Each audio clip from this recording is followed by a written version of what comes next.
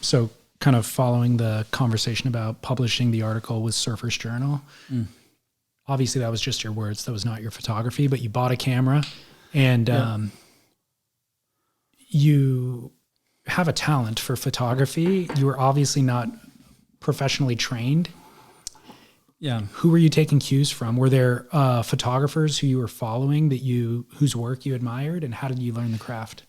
Yeah. So I think moving in with Chris and the Malloy brothers was really kind of stirred up that kind of like the creative juices, if I had any at that time. Like I was seeing what they were doing.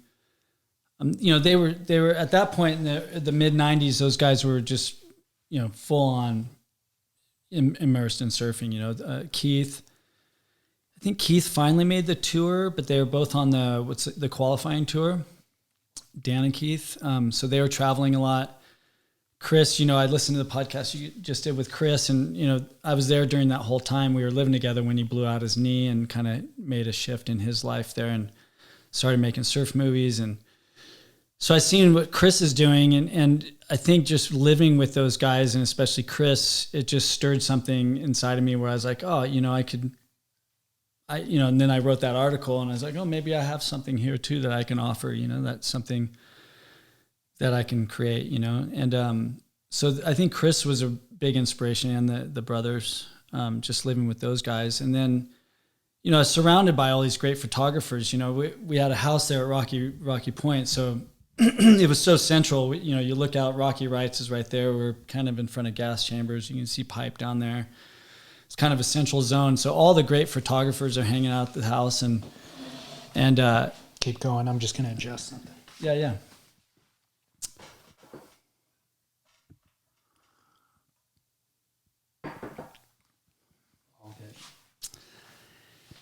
And I think the stuff that inspired me as a photographer, of course, surf. You're just looking at magazines all the time, and but I was really, as far as my own photography, I was really into looking at National Geographics, and maybe not reading them all, but I'd always thumb through National Geographics. I'd go down to Patagonia had a store in Haleiwa back then. They still do, but it was like kind of a newish kind of store. So I'd go down there and get their catalogs, and I love the photography in those catalogs. And so I was more into kind of like more of this photojournalistic thing, and I realize now what I really liked, now looking back, but I liked when I saw it, I didn't know what it was, but like street photography, which is these unplanned moments of people in the streets or people just doing day-to-day things. And I really like that. And so when I got that article published, I got a camera thinking this is just another side of that storytelling. I can take photos. And when I travel so much, I just want to start taking photos. And so Mike Balzer was a really good help. He just answered a lot of questions, all the guys were so helpful of just offering me advice on what to do. And it basically came down to, back then it was good lenses and good film, because films are like your sensor is now, like cameras are you're just buying a sensor. So they just said the cameras they all do the same thing. They just open and close the shutter. You just need really good lenses, a really good film.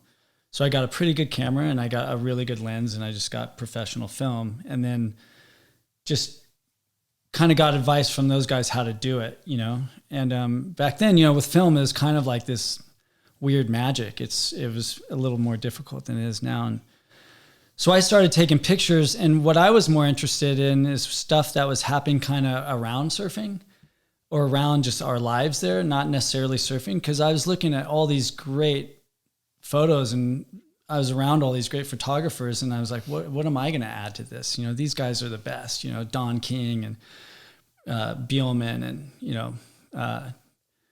the list goes on. And so I wasn't really interested in taking surf photos, and also I like to surf.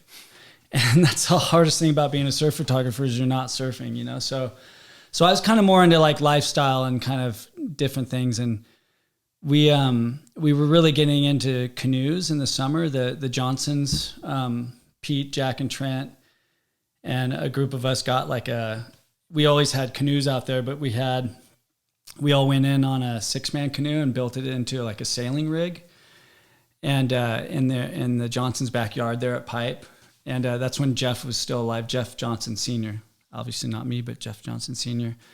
So their dad was just this epic character, and he helped us build this thing into a sailing rig.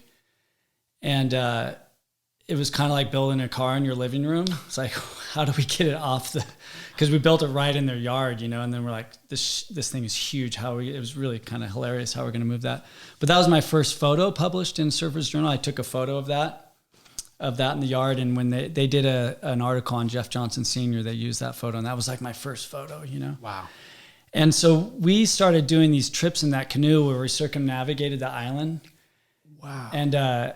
And they're so fun, and not everybody would do the whole trip. Maybe we would take off and go to Mokulele, spend the night. Some guys would jump out, a couple guys would jump in, then we'd go to the west side, work our way down the west side all the way into Honolulu, and they were just epic because at one moment you're just hanging with fishermen on the west side, sleeping, and then we had a night at Duke's where we pulled in there like at 10 at night, raging, and just like raged there all night and got a hotel room, and then so you're seeing all these sides of the island. So on those trips, I was documenting them. I was kind of pretending I was on assignment. So I was writing in my journal.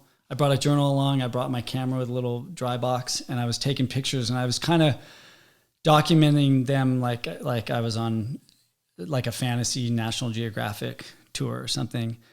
And I started having slideshows in our garage there. So everybody would come by, we'd have beers. And so I started doing these slideshows, and everybody would heckle, and they were super fun. And that's kind of what drove me to shoot more is these slideshows, literally with the carousels, how you did back in the day. And those were so fun to me just because just getting everybody together and just being able to tell our stories, of sailing around and stuff. And that's kind of what really got me into doing more of that. It was that. And then the hopes of maybe your photos turning up in a magazine here and there, so I was starting to get published a little bit. And then my writing, I was doing, since that first article, I was really getting into writing stories, and Chris and I collaborated on a couple. We did a trip to Australia that we did this whole thing. So Chris and I co-wrote a few articles for Surfer's Journal during that time. So there's a stretch of like 3 to 5 years where I was doing a lot, like doing, I think like I said before, I think I've done like 6 or 7 or 8 feature articles, and that was kind of the thing. I was like, this is the coolest thing ever, you know? And again, the money wasn't, when you're thinking about surf photography, especially back then, how do you make a living at that? If you get a cover, that's maybe $1,200, but who gets the cover? And there's like, how many covers are there to get? Well, it's worth stating too how expensive it was to develop and process film back then. So you're going to spend so much money to get the cover. Yeah, that's a good point. And that's what a lot of people don't realize about photography. And to tell you the truth, a lot of photographers back in the day, a lot of them, and I'm not saying this in a negative way, you'd find out a lot of photographers were trust funders. Like they had money because the entry, like you said, was expensive. Like you buy a roll. What was it? I think processing everything, like the roll and getting them processed, was like $15 to $20. And sometimes you go shoot 20 rolls of film in a day. I mean, that's so much money. Hundreds of dollars, if not thousands of just a day of shooting. Right. It's hard for people to really understand because now you can just go shoot 3,000 photos and just whatever. Exactly. But you're spending money and you're trying to learn. So you're shooting, and sometimes you're just like experimenting and like, I'm going to try this exposure, and you might blow like 7 rolls. I mean, I remember even if when I was shooting automatic, so I'm not even experimenting with those things. I still remember being trigger shy, calculating the cost in my head. Boom. Every time you push that trigger. Exactly. So it's just like, do I want to push it now? No, I'm going to save the film. You know? Yeah. So you miss a ton of opportunities. Yeah. And you miss a lot. And there's good and bad things about it. You miss a lot, but then you're also very, decisive about what you do too. So there's this intention to some of the photos that maybe lacks today. But yeah, getting into photography was a hard thing, money-wise, and when you're not making that much money, and then you're not getting paid that much money. And I was seeing guys like Darren Crawford, who was like one of the best pipe guys shooting a fisheye out there during that time. And he was living at pipe, one of the best water photographers, and barely making rent. Right. So I wasn't looking at it at all for something that would pay me money. But those guys I started selling some photos to Patagonia, and they're like, wait, what? They paid you on time, and they paid you how much? Because the surf industry was just so horrible, and those guys are barely making money. And so, yeah, I started kind of this relationship with Patagonia, and that was, it was a totally different scene outside of the surf world. It was just. Well, had they dabbled in surfing yet? And what was your introduction to them? So Patagonia had been, they've been running ads in the Surfer's Journal from day one. I think Surfer's Journal started in 91 or something like that, maybe 92. And I'd been following them since then. I was always intrigued by Patagonia. Yvon Chouinard, for one, was just one of my biggest heroes. And and Chris would go too. We'd go down to that store in Haleiwa and we're not really buying much because we don't really need fleeces and stuff, but we would go out and nerd out, all the photos they had in there, and just the catalogs. We'd always go home with the catalogs and just study those things. So always real fans. I got to think of how that whole thing got started, because it's kind of again, long-winded. That's all right. Story, just like all my stories. It works for the podcast. So I remember getting involved with them. This girl came over that was working with them at the time, Amy Kumler, and I met her through Chris and the brothers. And she came over and she goes, "Look, I'm doing some stuff for Patagonia, and I need somebody to show me around. And I just got my camera. I just started shooting." And she goes, "And you can take pictures of me, and I'll turn your stuff in too. But I don't know where to go, whatever." So we hung out for about a week and traveled around taking photos. And they ended up publishing one of my photos from there. And back then they did like a 4-year buyout for like a couple grand, which was like a big deal back then, for me.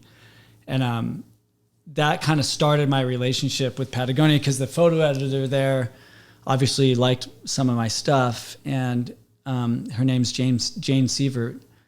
And so she started sending me product, and she was also introduced me to the design team there, and they needed feedback on their board shorts, because I was literally living in board shorts. And so I'd get these board shorts, and I would write little write-ups. They have a whole process there of user testing, and so I would fill out these things and write my comments and stuff and do my best to test these shorts. And then she would send me product, and then she started paying for it. She goes, "Hey, look, here's some product to shoot.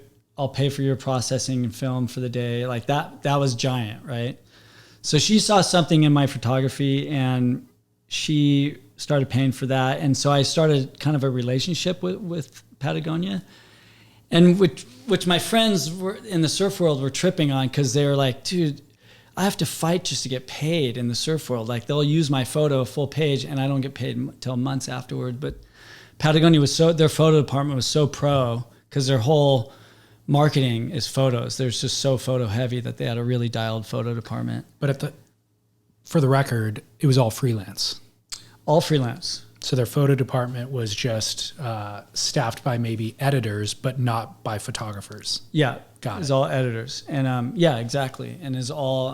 so every photo that they run is just purchased. They're not paying a salary to a photographer.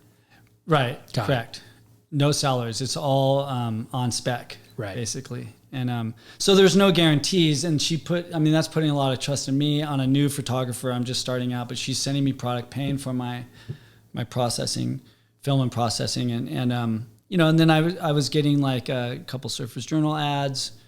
I was shooting like paddleboarding, kind of more of their like waterman kind of stuff. And so I kind of had like a little relationship with them, and it kind of worked with, Patagonia Surfers Journal. I think they were seeing some of my writing in there. So I did some of those, they used to do these notes from the field where there were these little things. So I did a couple notes from the field.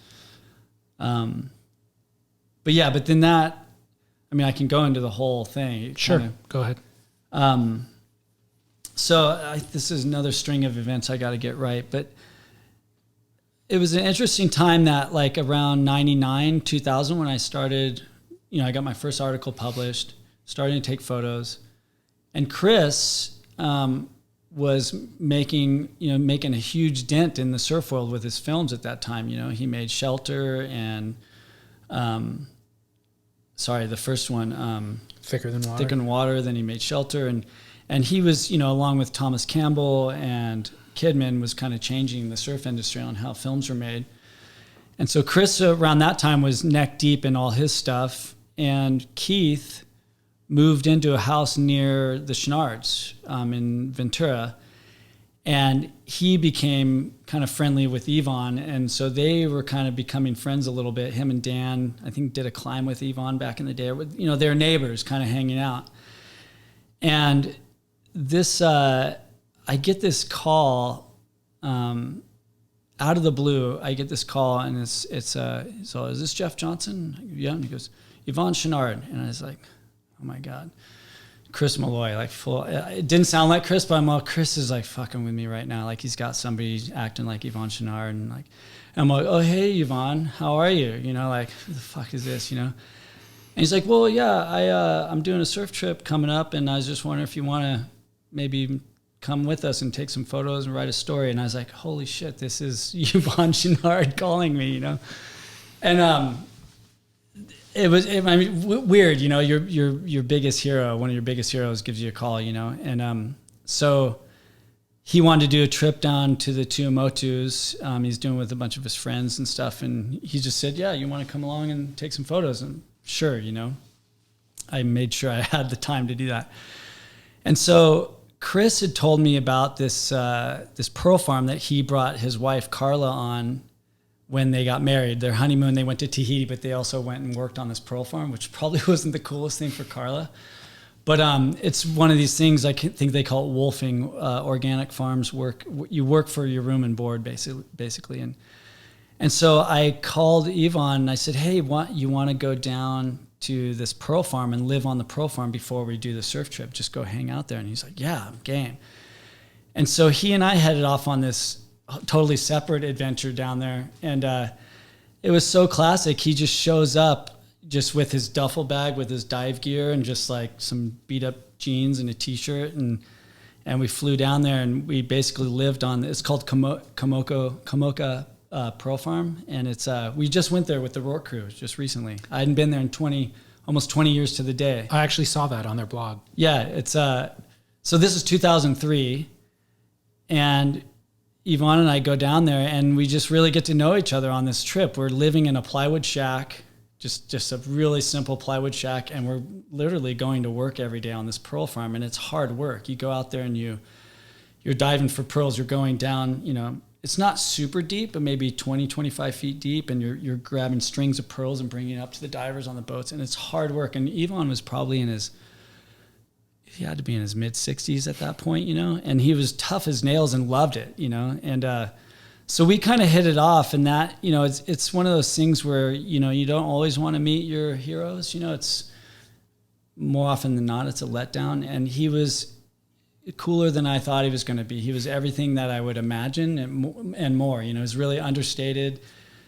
You had to dig stories out of him, and he's got the craziest stories, but he just doesn't offer them up. You got to kind of dig at him. And so anyways, we did that, and so we really got comfortable with each other. It was like, okay, that was a cool thing that we did. Now we're going to go on a surf trip, and we went on a trip to the northern Tuamotus on a boat, and a bunch of his friends. It was mostly older guys. Then he brought his son Fletcher with him, and me and Fletcher were probably the youngest guys there. As kind of more of an older crew, and on that trip, Fletcher tells me, and I think Yvonne was sitting there too. He goes, "Hey, we're gonna launch Patagonia Surf again." And I was all ears, because I've been such a fan, but I've seen it. I've been watching it for the beginning since they started putting ads in the Surfer's Journal since the early 90s.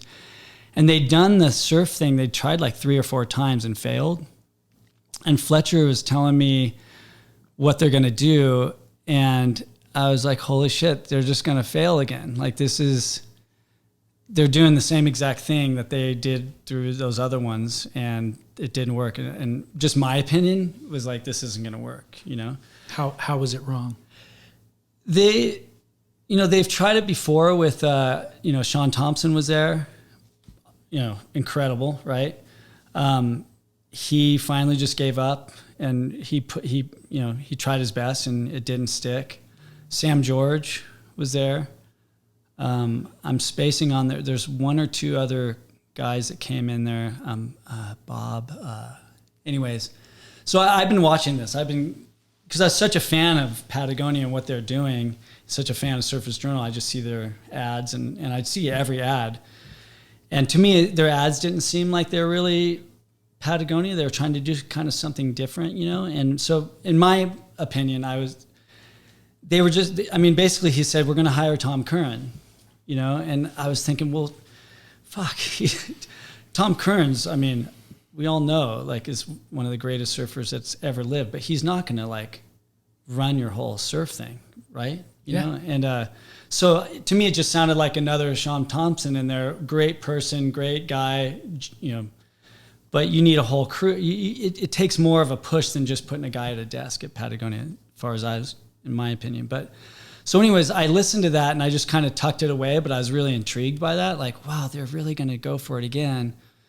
And man, I just don't know. So Yvonne at the time saw a photo on a shirt and he goes, "Is that your photo?" And Banana Republic ran a photo of one of my photos or whatever. And he goes, "Oh, that's so cool." He said, "Why don't you come and do that at Patagonia? Why don't you come do some of your photos?" So Yvonne made plans for me to come out there and visit Patagonia. So I flew out there, got in my little van that I keep up in San Francisco, drove down there, and I parked it at Keith's house, which is right across the street from Yvonne's house. And I hooked up with Yvonne, and he made the connections for me to go in there and go talk to the t-shirt guy. So I go in with Yvonne, they give me a little badge, and we go up to the t-shirt guy. And I'm tripping out. I'm going, "What? This is so weird," right? And but I'm at the Patagonia headquarters. How cool is that? I'm walking around in there. And we sit down with the t-shirt guy, and I can tell, Yvonne talks to him for a while and then walks away. And I can tell right away, I'm like, okay, I see what goes on here. Yvonne brings one of his friends in. The guy's like, what the hell do we do with this guy?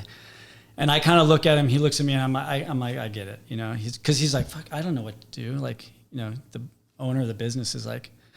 So it was kind of awkward. And but here I have this pass, and I'm at the headquarters, and I just walked around and just kind of hung out. And I basically slept in my van in front of Keith's house for a week. And I would have coffee or tea with Yvonne every morning. They live right on the beach there.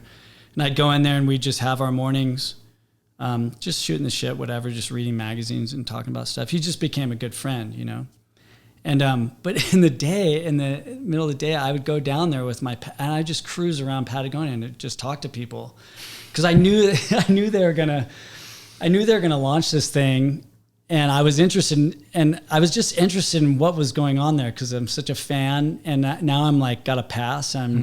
I'm meeting these people, and I don't know what they thought of me or who is this guy, but I got to know who was going to be involved in this thing and who was what, who was who. And so I started kind of formulating kind of some ideas in my head about how the Malloys could get in here and make shit happen, And there'd already been something brewing already with Keith living near Yvonne, and Chris had already, Chris went to Antarctica and wore a bunch of Patagonia gear, and he's a fan. And so there's something brewing already. And I know they did talk to Evan Slater about doing something. And so there was something kind of brewing, but it wasn't really going anywhere.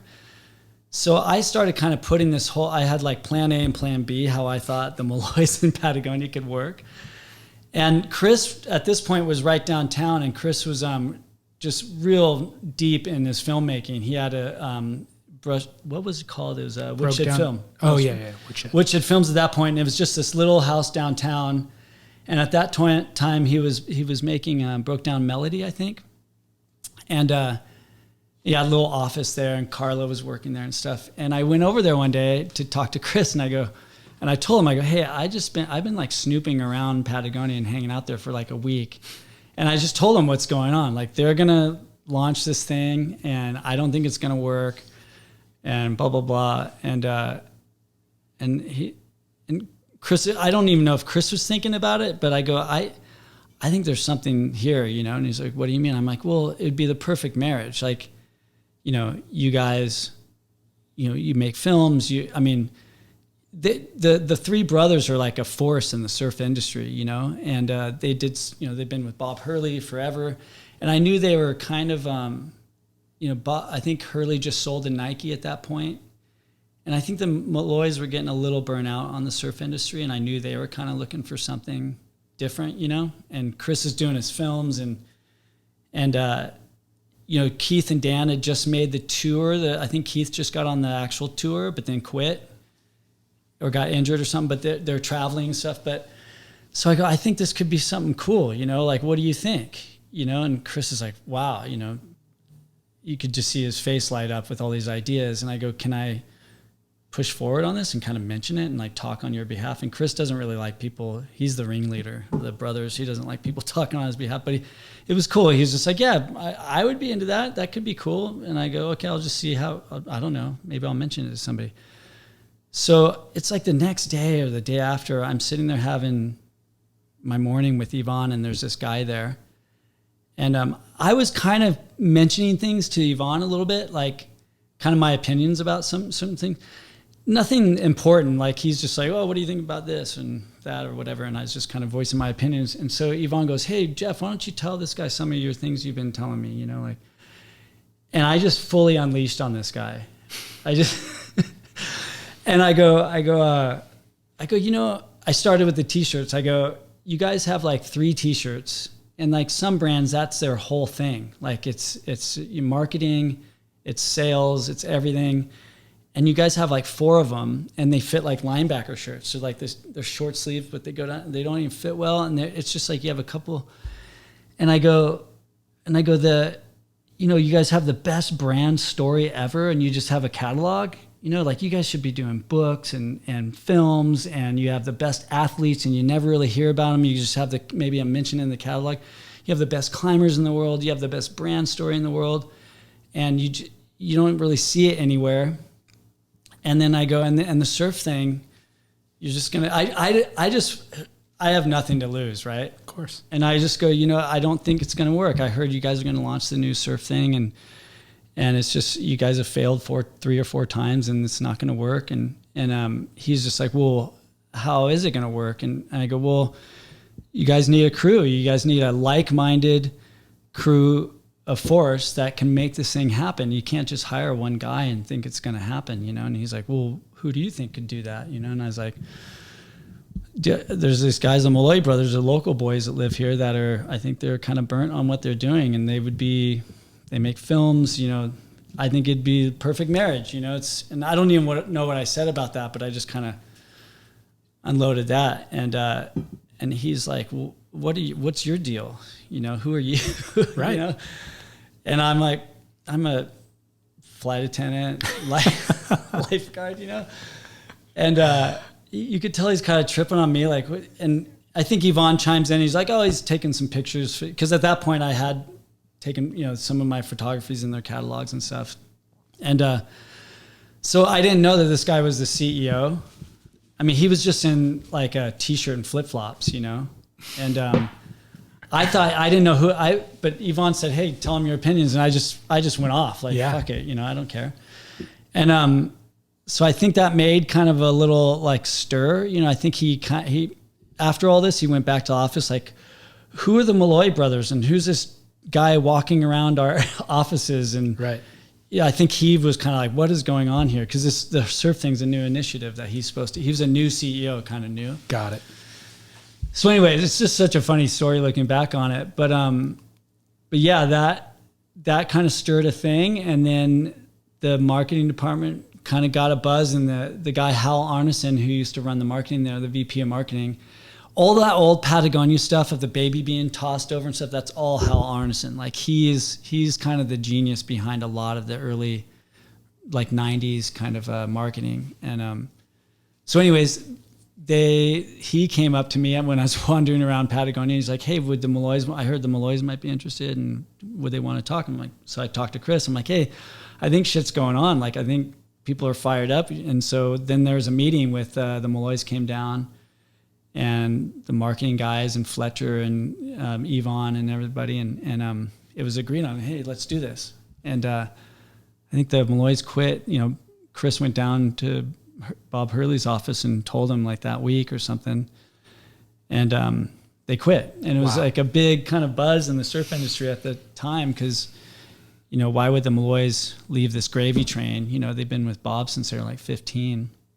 Why would they leave the gravy train with this like obscure like rock climbing brand in Ventura or whatever? So it was kind of a buzz. And so yeah, they quit Hurley, and then they signed on, and I got on a plane and went home. And to this day I look back, and it's such a funny time. Like, I don't even know why I was motivated to do that. I was just like, this is such a cool brand. I know what Chris and the Malloys do. Like, this would be, why not? Like, This would be the perfect thing. And I'm such a fanboy of Patagonia. I want to wear some Patagonia shit that I like. Like, I want them to kind of come out of the gates with something new and do something cool. And so anyways, I just got on a plane, but then as I got home, I was like, well, that'd be fun to be involved in that, you know? And I did a flight back from Japan for my flight attendant gig. And I remember I called Chris, and I was just like, dude, I want to be involved. And he's like, well, dude, I just got there. I don't know what to do. You know, like, he's like, why don't you come over? And I go, I want that to be the last flight I ever do as a flight attendant. And it was. So I got on a flight and flew over, and I think I literally wrote the CEO like a handwritten letter. Might have typed it, but I don't know. I wrote him a letter, and I just said, you know, it's like almost it's going to be like a small company, and you need people that wear a lot of hats. And here's what I can do, and my photography alone will justify my salary. You know, that alone. But then you're going to need a lot of help doing a lot of different things, and the Malloys need somebody they trust and all this stuff. And he and I went for a walk, and then he hired me. Wow. Yeah, it's so weird, right? Crazy. And but you were living in Hawaii. I was living in Hawaii. So you had to relocate? Yeah. I quit my job, my flight attendant gig, and then, moved over. And, and I got to give Patagonia kudos for that. You know, like, I mean, that's such out of the box thinking for a company, for a bunch of guys like us to just roll in, you know, and that's why it's cool that it's a privately owned company. The Chenards can do what they want. And Yvonne's like, yeah, let's do this. So, it was super exciting for us, because, you know, the Malloys at that point had been peddling, you know, product for companies that they're definitely aligned with, but they had nothing to do with the product, you know. And suddenly we had a hand in everything, in the T-shirts, in the actual fit of the T-shirts, and the designs. You know, Chris hired Jeff McFedrich to come in and do a bunch of stuff, and like, we had a hand in everything. Like, Dan and I were really focused on board shorts, and at the sales meeting, Dan and I would be in board shorts on stage talking. We were so passionate about, and especially Dan, who's like been selling products since he's 15, but he's never had a hand in it. And now we get to work on the product and the marketing, and we were really 100% behind this thing. And and for those guys doing that their whole life and finally having this, it was super exciting time for all of us, you know. It was fun. What did the job have a title? My job? No. And it's funny because I remember there's a guy, Andy Marker, who was running pro sales or something at the time. He pulled me aside and he's like, hey, you don't have a job title, you know? And because I was shooting photos, tons, and mostly cruising around with the Malloys. We were doing like projects and stuff. So I was shooting some of the other Patagonia specific stuff. But I was also doing, I mean, we were all doing, I mean, Chris had a desk there for a while. We were all doing so much. Like we'd be working with the merchandisers one day. We'd be organizing a body surf event, you know, taking photo. I mean, it was like, I mean, we're talking to designers about, you know, buttons on shirts and stuff. Like we were all doing so much. Yeah, it was like, so he's like, you don't have a title. And I was like, I don't care what you call me. And he's like, that's going to bite you in the ass. You know, I'm like, why? And he's like, well, people need to know what you do. And I'm like, I don't care what they know. Like, you know, I didn't really. He's thinking in a career, you're going to jump from here to there, and another company's going to want to know what your title was while you were here. Yeah. And you were just thinking, I'm here. I'm here doing this and I don't even know, what are you going to call it? Like, you know, I don't know. Creative director. Well, Chris was probably the creative director if you're going to label somebody, but yeah, who knows? I mean, we're all doing so many different things. Yeah, it's like, I get it. But the interesting thing is that kind of blew me away is years later, I think 2009 or something, they put out a book called Unexpected, and it was 30 years of on-spec Patagonia catalog photography. Beautiful book. And the creative director, or this guy Vincent Stanley, total legend. I think he was creative director at the time. He came up to me and he goes, "Hey," he goes, and I'd been there for 5 years at this point, or 4 years or whatever. And he goes, "Hey, could you write a story in the new book that we're doing about being Patagonia's first staff photographer?" And I was like, "What? Like I was the first?" And he goes, "Yeah." And I go, "I thought there had been many." I just thought I came in at a time when there wasn't, and there'd been many before me. And he's like, "No, you're the first staff photographer." And I was like, "Holy shit." Like, he's like, "You created that position when you got hired." Amazing. So I guess that was kind of my title eventually. And it's still a little like the girl, Amy Kumler, that shot with me that one time that kind of introduced me to the photo editor. I thought she was a staff photographer, but I don't know. It's a little blurry, but yeah. Anyways, so I guess my eventual title was staff photographer, you know? Yeah. So for the listeners' edification, like you guys launched a lot of that surf stuff with a book, right? So we all got hired 2003, 2004, and then we started working on the line that we launched, you know, the clothing, wetsuits and stuff. We were launching that in 2006. So Keith and I did a road trip we went all the way. Keith got a truck that runs on vegetable oil and diesel. And so we did a trip in the biodiesel truck all the way up to, we went to Oregon and then down to the tip of Baja and back. It was like 40 something days of travel. And that was kind of like the story that we were going to launch the whole line with. And we ended up, that became a book. It became Patagonia's first branded book, but it was like co-branded with this other person, but it said Patagonia Books on it. So it was kind of like, I remember talking to the creative director at the time and marketing, you know, it was like an experiment. Can we do books? And so we did that one. And then I remember him saying, "Okay, we can do this." And then they started a book department after that, and they've done many books now. Yeah. But yeah, we launched it with like kind of that book, and that Been to Baja, there was a website and this whole thing, and launched that in 2006. And it was kind of it took a lot of work, and it was nerve-wracking too, because I guess at that time, no brand had ever broken into the surf industry that wasn't endemic in surfing. Right. Like K2 tried it around that. I think Fox, like all these things.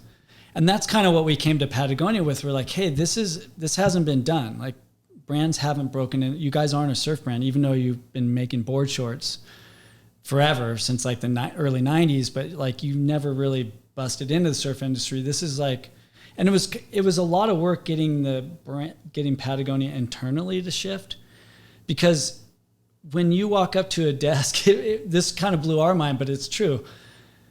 I'm working with a pattern maker, and she's like, "Oh, Yvonne's friends, we've done this 4 times and it's failed," and rightfully so. Like, there's people in there just going, "We've done this," and they don't want to do it again, and we knew that, and so we had to tread lightly and really massage our way in. They're like, "Hey, we're here. We really want to do this." And it took a while to kind of, for everybody to get on board. So a lot of our work was like pushing it internally to make people understand like what we want to do. And we had so much respect for the brand and the people there.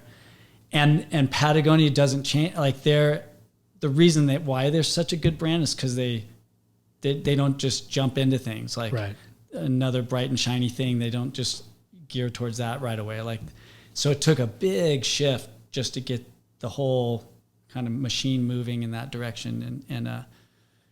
And that was, I think Sam George called Chris and he's like, hey man, good luck. It's like this, be careful, the chinchilla curtain will shut you down. That's what he called it, That's funny. And because it's an internal thing, it's like, it's hard to get everybody, if they've tried that 4 times, like they're going to do it again, But interestingly, in hindsight, like you stated, it was a catalog. They were this company who was making these really great products with all of these stories that would happen because of those products and those athletes, but it was all just one catalog. Yeah. It wasn't a large enough medium to actually showcase all that they were doing. And so even the product, like you'd think that all the product was in their catalog, but that wasn't it. Right. They can't fit it all in there. So you're not even seeing all their product that they make. So through this new surf venture, you guys open up the door to books. You guys open up the door to films.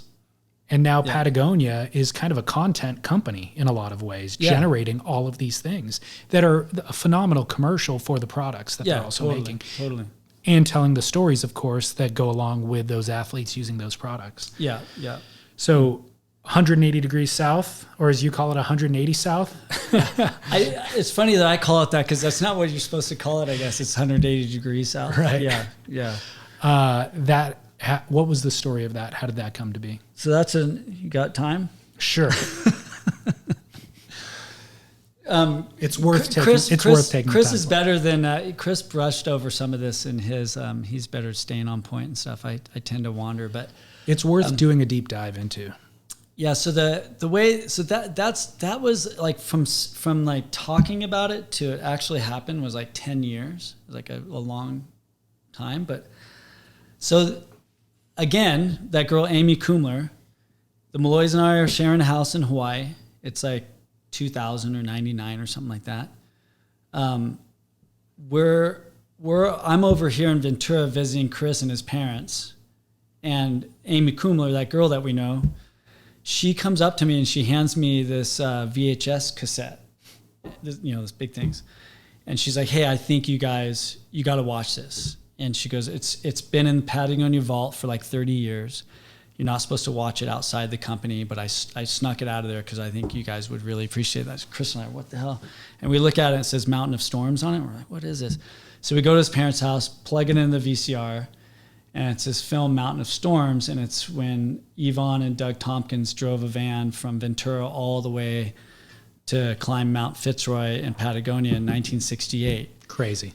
Yeah, crazy, right? Crazy. And Chris and I, I'm getting chicken skin thinking about it right now. Chris and I are looking at this and we're just going, whoa. And it's all filmed in 16. I mean, doing it is crazy, but the fact that they had the foresight to make a film out of it. Yeah, so they thought, now we've learned all this later, but Doug Tompkins thought this was going to be their Endless Summer. Okay. And they're like, we're going to make a killing. Like Endless Summer had come out, and they wanted to make the climbing version of Endless Summer. Yeah. And Doug, being the good business guy, he started North Face and stuff. He was like, we learned in retrospect, he's like, this is our Endless Summer. We're going to make a shitload. And they made this film. Lito Tejada Flores had never shot 16 millimeter. They gave him a Bolex, and they just take off on this trip, and they film the whole thing. And it's original soundtrack, cheesy stuff, like they're driving and like the song's like driving with my friends, right. Like it's real corny. And there's spots where it says insert commercial here and it's just blank for a while. Like it's a full movie.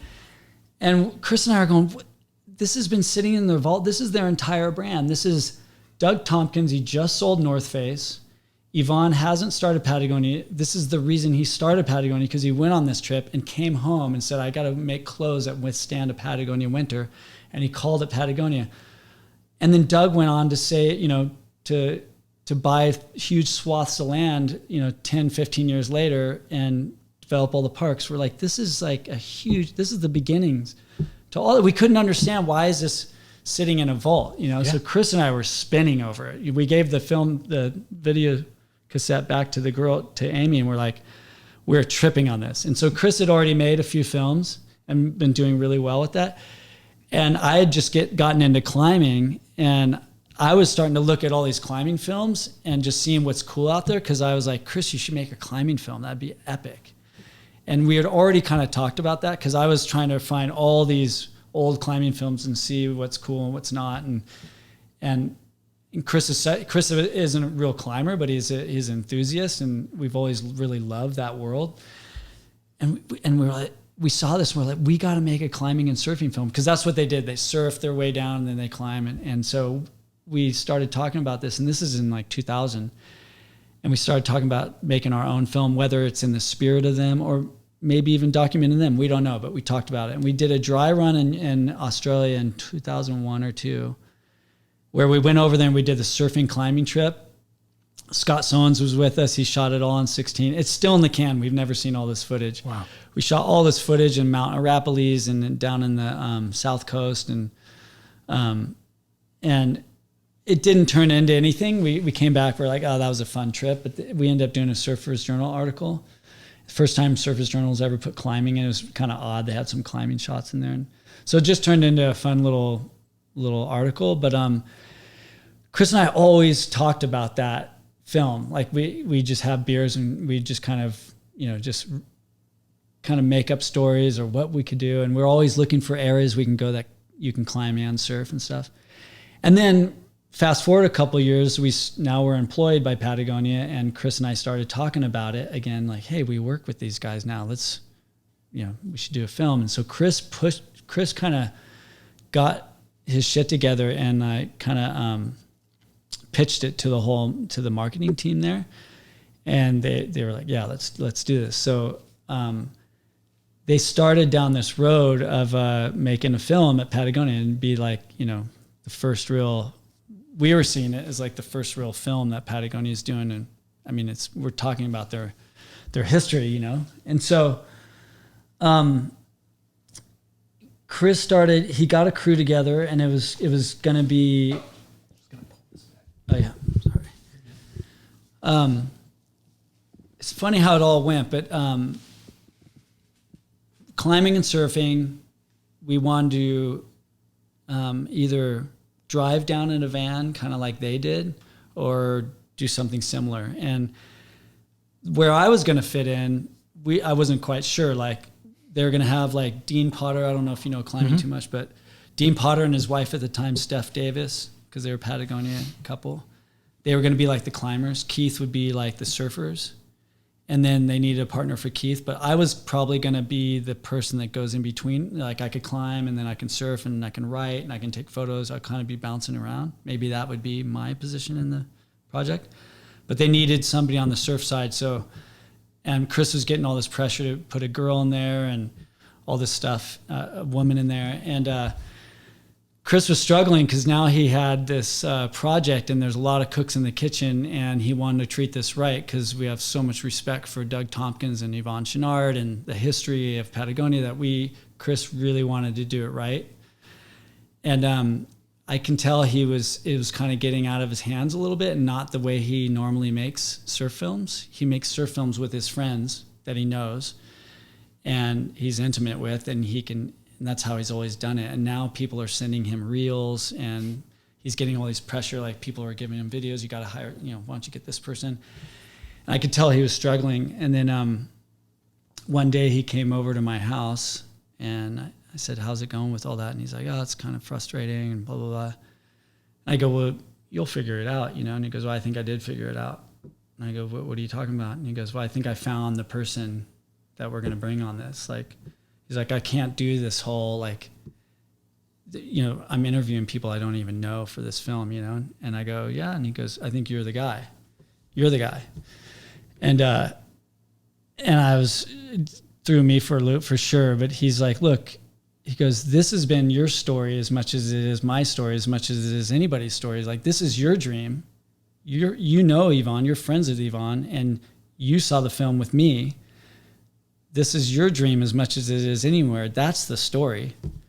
He's like, if I'm going to tell a story there, that's the story. Yeah. And I was like, I mean, it's the actual story. Yeah, he's like, this is the actual story. And I was, I was a deer in headlights, Yeah. because fuck, I've never been in front of the camera like that. And he goes, I don't really want to do it to you, because he goes, things will probably be different for you. You like your private, you're good as you are. You don't really need, but you'll be on the map more. You'll be in people's spheres, and he's like, I've seen it happen with my, I've stressed my brother's relationships. I've stressed my friends' relationships doing this. So he's like, I kind of don't want to do it to you, but just so you know that this is the story that I want to tell, And I was like, oh my God, what am I going to do? And he goes, think about it, and I didn't say yes. I thought about it, because I didn't know if I, really wanted to do that, be in front of the camera. And it's funny, because Chris was like, and he goes, I don't really want like a polished person. I don't want somebody that's like, hi, I'm Jeff Johnson, and and I'm like, well, I think Chris got that. He got what he wanted. I wasn't a polished character, but yeah. So it shifted suddenly, and all of a sudden, that's how I got involved on that side of the project, because it wasn't supposed to be that in the beginning. It was going to be a entirely different scene, and then all of a sudden it shifted. So much of that film was seen by people who weren't into surfing and weren't into climbing. And like so many of Chris's films before that, you really had to be into surfing to care about it, to even know how to find it. Yeah. And I think I found that film in Blockbuster. What? I think Seriously? I might have rented it. That's so funny. And later I wanted to rewatch it, and actually maybe I rented it on Netflix when they were still sending DVDs to your house. Oh yeah. That's what it was. Okay. All I know is I rented it. I never purchased it, because I'd been purchasing DVDs prior, surf film DVDs. Yeah. And I was kind of at the end of doing that, and I watched it because I knew who the Malloys were. Yeah. And so I watched it and I loved it. But it had so much broader appeal. It was like a documentary that was just about something that you didn't have to be into, but you could appreciate what it was, because it was a really you're not watching it to film. See some really good surf. I mean, you'd see Keith surfing, you see some good surfing. Yeah. But it wasn't a surf film at all. And I didn't know anything about climbing, but I could respect and appreciate the climbing aspects of it as well, Yeah. And so how did that change your life? Being in front of the camera and actually being exposed to people on Netflix, essentially, or viewers who are using Netflix. Did it change your life in any way? Was there a noticeable difference? Yeah, I mean, it, in a good way. Like it's not like the type of movie where I got a lot of fame from at all. It's just a small. I love the way that movie turned out. Like, Patagonia at the time didn't have a big PR department. So it wasn't like the marketing for that film was really small, and it didn't really, it did well for what it was, Right. And Chris got all this pressure as he was making it. And, we were down in this little room down in Venice. I did VOs for 9 months. Wow. And he was getting all this pressure to get into these film festivals. And he's like, I just want to make the film, and you can do, with all the cooks in the kitchen, he's like, just let me make my film. You can do whatever you want, but so he was being forced to make rough cuts for all these film festivals. He's like, it's not even done yet. So we were being tasked with these fire drills to make a rough cut. So we'd be making this film, and then all of a sudden we'd spend a week doing VOs and stuff, making a rough cut, and it was really delaying the whole process, because we had 200 hours of footage to make an hour and a half film. And we knew the story, but there's so many stories there. How do you pick a line? There's entire adventures where Keith and I got lost on this river in Patagonia, and all this stuff that didn't even make it into the film. So Chris was really trying to navigate that. And then he'd get these fire drills for these film festivals. And Chris, I keep hearing him saying, he was like, I just need to make these films. I just need to make this film, and if it has legs, it'll shine, and that's how I do it. And so I like how that film ended, and I like how it turned out, where it made a splash, and then it kind of became this it's almost like this underground kind of thing. It's not like a big blockbuster thing. It's just, it is what it is. It's this cool film. I love the history of it, and I think what it represents is great. And as far as what it did for me, it's not like I became famous or anything. I became known in certain worlds, and I've had I have some funny things like where people have come up to me like in New York a couple of times. You're that guy in the, you know, which is just hilarious. And the funniest ones, for some reason, Whole Foods on the way back from LAX, in line at Whole Foods, I've had it dozens of times. I don't know. It's that type of customer that goes to Whole Foods. It's exactly. One time I was in line. One time I was just paying for my stuff, and this guy's like, "That voice, I know that voice." And I'm like, "Oh, here it goes." And he's like, "You're the Winnie South guy, you know." So it's not. It's just a little bit of recognition, and it's enough, and it's not too much, and I think it's done well for like, you know, my photography and stuff, where my name is out there and stuff. So it's been cool. It's been a benefit, and we're really proud of that whole. Chris and I are proud of it. I mean, he directed this film that was a real big challenge. You know, that was a different ball game for him. You know, he had a lot of cooks in the kitchen. It just wasn't him. Yeah, he's documenting these people that he has so much respect for, and he doesn't want to blow that, no matter how much pressure he's getting from each side. So, in the end, I think it turned out it's cool. It is. I like that. It's just kind of this. It disappeared for a while off Netflix. Now it's back on Amazon. Yeah, Netflix was an early investor in it.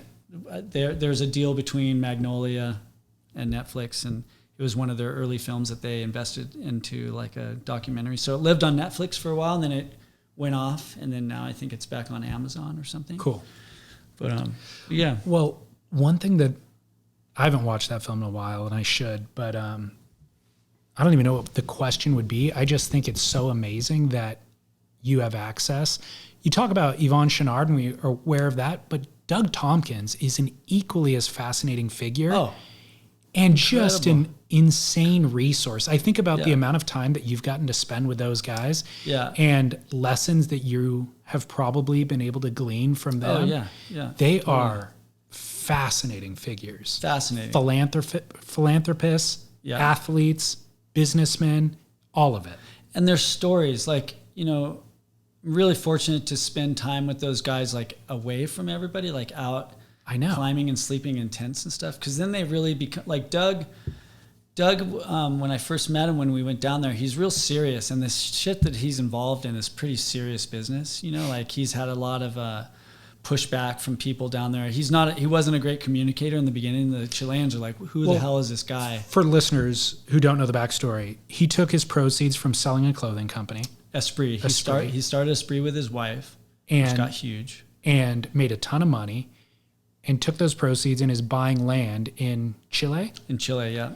In Argentina. Which he's then restoring, protecting, and giving back to the government for national parks. So we're talking hundreds of millions of dollars. Huge endeavors. Millions of acres. Yeah, and so when, you know, an American, moneyed up American is coming down and buying that much land, people were very suspect, essentially. Oh, for sure. Yeah. I mean, there's all these rumors. There's, you know, the rumors were so strange, too, what people thought he was doing, you know, CIA, I think there's even some Nazi stuff in there. There's some weird shit. But he wasn't telling people really what he was doing. So, of course, people are just going to assume things. But he got better later in his life, you know, being a better communicator with that. But, yeah, I mean, the stuff that he's done down there, it's unprecedented, you know, and really walking the walk, like I'm going to do this and really putting his hard-earned money into that. And there's a lot of stuff that those guys do that you don't hear about too. Like Yvon and his wife Melinda do stuff that they have their things that they do with their Patagonia money, but then there's also these things they do with their own money. And one time when I was working for Patagonia, I was out in the water surfing, really small sunset one day, surfing longboards, and somebody said, you know, I've been gone for a while, and somebody's like, oh, where have you been? I go, oh, I work with Patagonia, and this guy who was spearfishing came up, local guy, and he's like, what? You work for Patagonia? And I was like, oh, fuck, you know, like, and it's this local guy, you know, and he's like, and he put out his hand, he's like, hey, I want to give Yvon a big handshake for me. He's like, for what he's done for us on Molokai. And I'm like, what did he do on Molokai? And so there's this one area in Halava.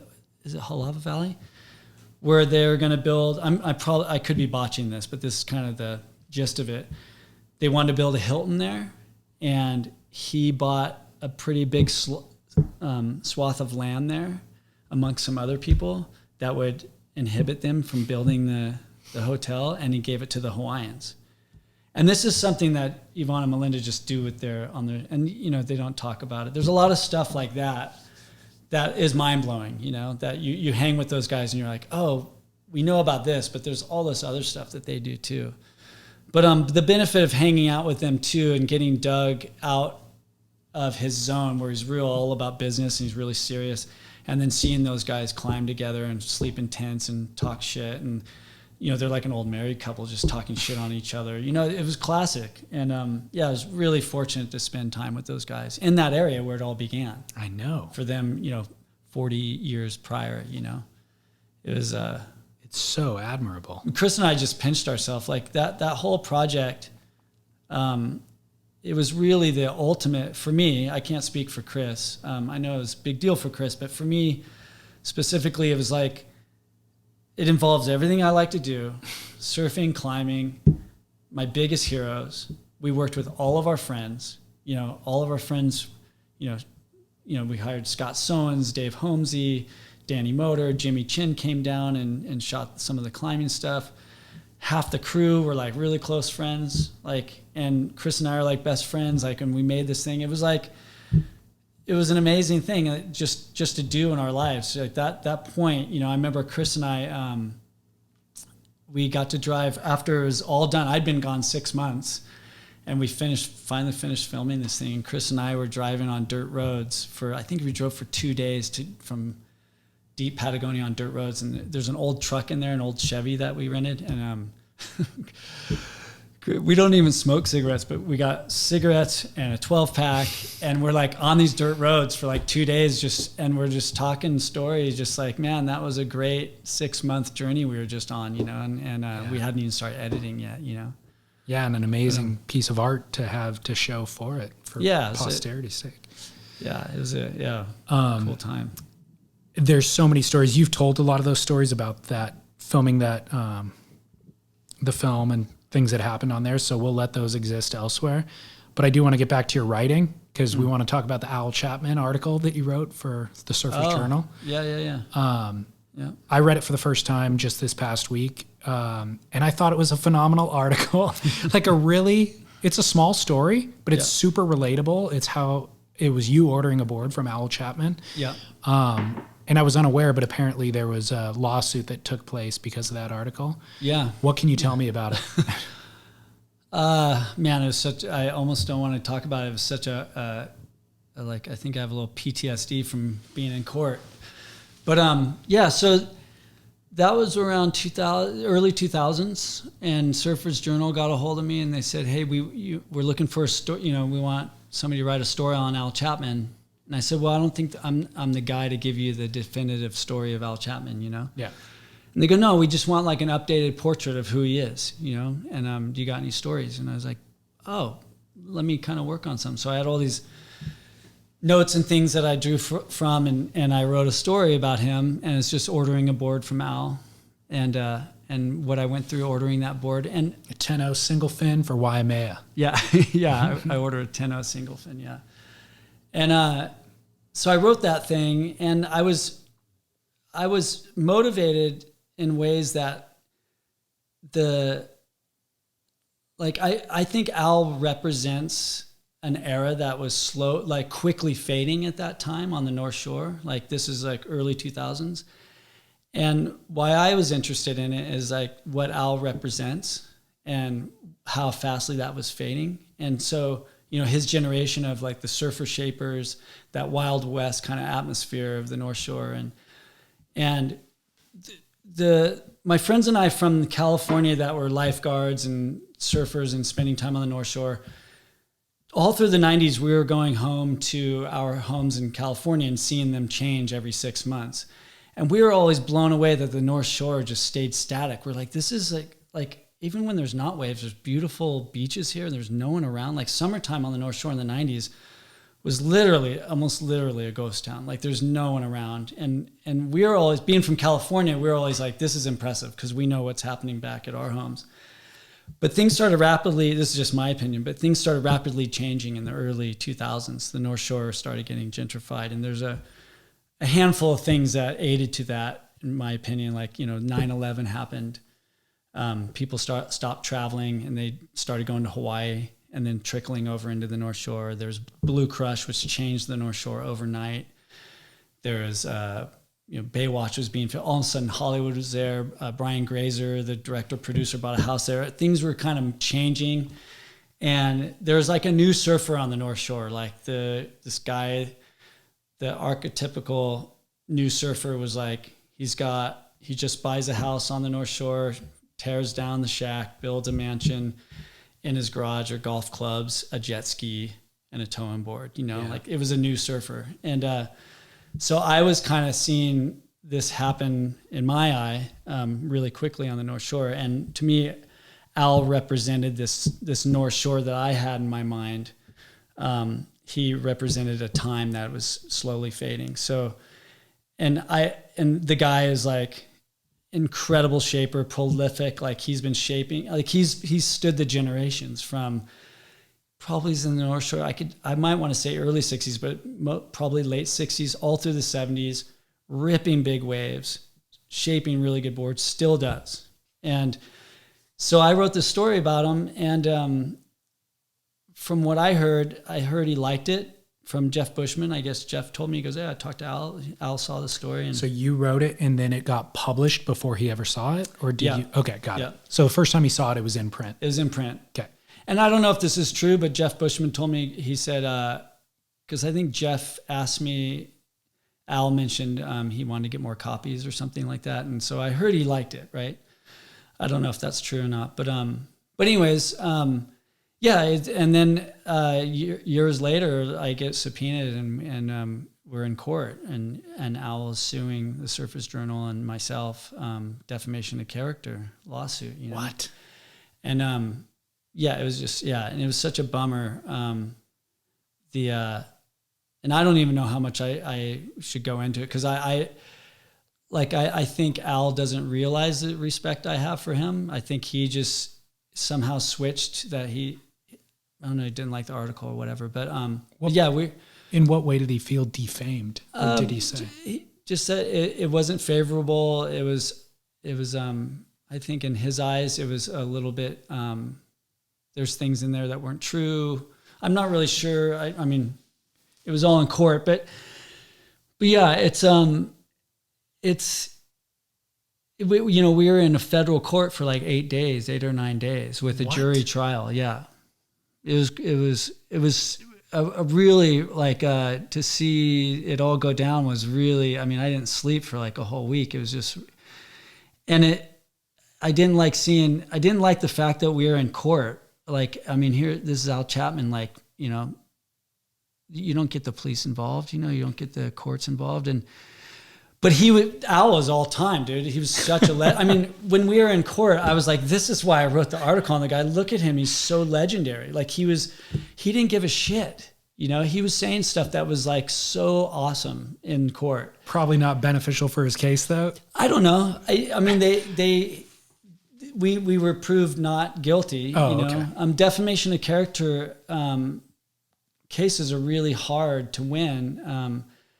It was such a big case at that time that my friend's wife is an attorney, and she goes, "You're on that case. We're all watching it." Really? Because it's been the first defamation of character cases in like 35 years, and they don't happen much because it's when something happens like that. It's not, you don't have to prove that the article ruined you. You have to prove that we set out to ruin you. Oh, I see. And it's really hard to prove. I mean, there's a case right now that was going on with a defamation of character case with Fox News and the polls. Oh, that's right. And they settled out of court eventually. Yeah. But it's a hard thing to prove. So Al had to prove that we went out of our way to ruin him, which we didn't. We obviously didn't. So were you being held liable, or was it the Surface Journal that was being held liable? Surface Journal was under their umbrella. Got it. fortunately. So I will, but they had to spend a bunch of money to fight the case, obviously. Yeah. So I'll explain to the listeners what I think the only defamation could be, and then you can either say, yes, that was probably what it is, or maybe you don't have to say anything at all. But ultimately, the story is about you ordering a board from him, and you pay him in advance, which you were reticent to do. I paid him partially in advance. Like I paid him for the blank or partially, yeah. So you actually brought the blank from Clark Foam and then brought it to him and then paid him partially for him doing his work and, in advance. But it explicitly state in the article that, man, you never pay a shaper in advance because shapers are notoriously late on delivering the surfboard, And ultimately, he was late on delivering the surfboard.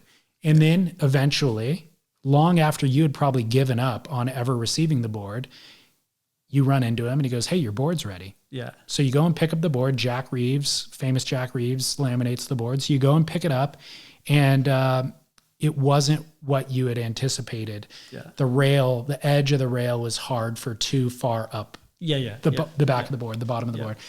And so you ask him to redo the work, and ultimately I think he does redo the work. I forget how that goes. I'd have to read the article again, but I think he redoes it, but it's still not to your preference. But it wasn't glassed yet. I think I saw the rails or something, and I could be wrong. I have to read the article again, but I think he did take the rails down a little bit.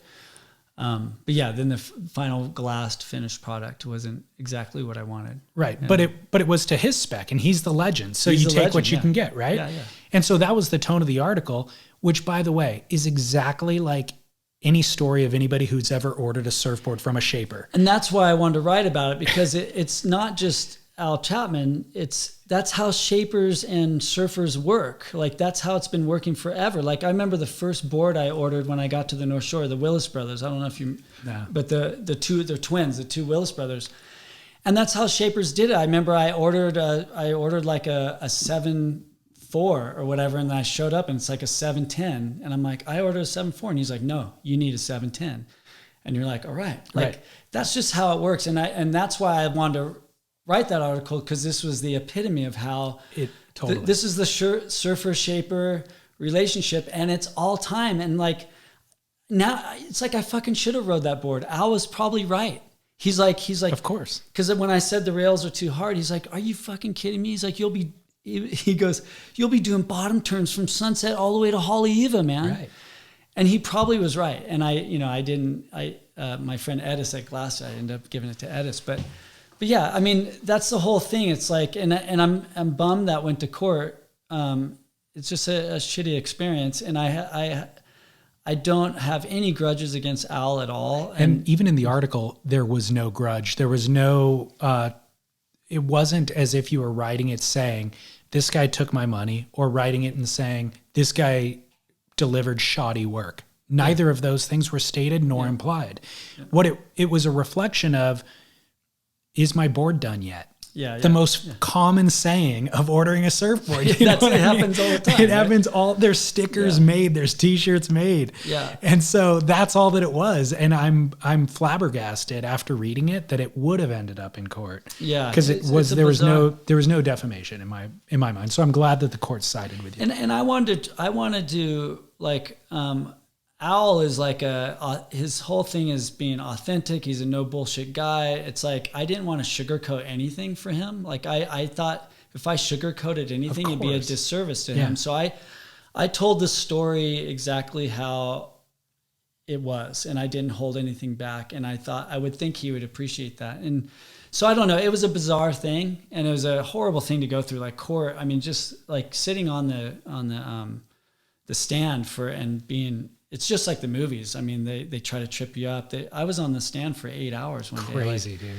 dude. And so was he. And it was. I don't think it was a good experience for Al either. It was just going to court's shitty, you know. And well, the reason one of the things I wanted to ask you about it was, does it dissuade you from making art? Well, the funny thing, not funny. During it, like now, I wish I took notes the whole time, because it was such a bizarre experience, but here I was getting sued for something I wrote. I wasn't in the mood for writing, And I kind of like, it kind of dampened my desire to write, you know, like I still to this day, I mean, I don't promote myself as a writer, but I'll take on some writing projects, you know, but yeah, it kind of like turned me off of writing a little bit. What a shame. Know? And, but there's, yeah, it's yeah, I wish I took more notes and stuff because there's some interesting stuff that happened. I mean, it's such a good, if that was a good story about Al, the story of being in a courtroom with Al would have been a phenomenal story. The courtroom just made him much more of a legend. Like I was watching it go down just because he really is a legend, man. Like he's still on the North Shore and he's still shaping beautiful boards. I think he's still surfing. He broke his hip or his leg. I think he broke his leg a few years ago, but yeah, he's yeah. And what he represents is that Wild West, you know, he represents an era. Like he's kind of the epitome of that awesome era of the 70s, you know, and he was surfing big waves from like late 60s all the way to pretty recently, you know. It's like, well, the other great thing about him and what he represents is he's making boards for a certain style of wave, the way that they should be ridden. Yeah. And a lot of other shapers, John comes and surfs totally differently. And so then they go, oh, I'm going to update my designs to accommodate this modern style of surfing. Yeah. Owl's like, hell no, I don't give a crap what John's doing. Yeah. I'm just making boards this way, still to this day. Still to this day. And there's guys riding them and ripping them. Absolutely, right? It's the only way you can get that style of, or to do that style of surfing is to get the board from him. From him for those waves. Yeah. You know, he's been doing it for decades, and yeah, it's yeah. But the idea, it's funny that, or it's not funny, but it's sad that it would deter you from making the art. And it makes me think about modern culture, how somebody writes a tweet and then they get off, they put tweet before they fly to New York, then they land in New York and their life is ruined. They got canceled. They lost their job, you know, and because they got canceled by the internet mob. Yeah. And it's a shame because it's hard to come back. You should be able to come back, apologize, you know, whatever you got to do to. People make mistakes. You know? Yeah. You're always going to fuck up. Like, but the reality is the mob was wrong. This person made the person made a fleeting tweet. Maybe they didn't even really feel that way, or maybe they did. But the woke culture, the tone of the culture will shift down the road. Yeah. And this will look like a big mistake in this one moment, you know? And so the idea that the art is actually meaningful and that it can be, the production of it can be stopped because somebody got upset at a given time is unfortunate. Yeah. You know, like your art probably will have a lot more lasting effect than the way that Owl felt about it in that moment that he made that decision. And so it's unfortunate that your art will no longer, or that you're at least dampened in it for a period of time. Yeah. I mean, it's not like I haven't written since then. I've definitely written, you know, we did a book for 180 South and that was like a coffee table book. I mean, I still write. Yeah. But I think I wasn't down for taking notes and writing in my little journal during that time. I was just like, oh fuck, this sucks, you know? Yeah. But yeah. I kind of want to hear about what surf media you follow and what your current view on surfing is. Who's surfing are you excited to watch at this point, or document or work with, or any of it? It's funny. The surf media thing. I was just talking to Chris Malloy about that. I think it's a conversation that a lot of people are having. Like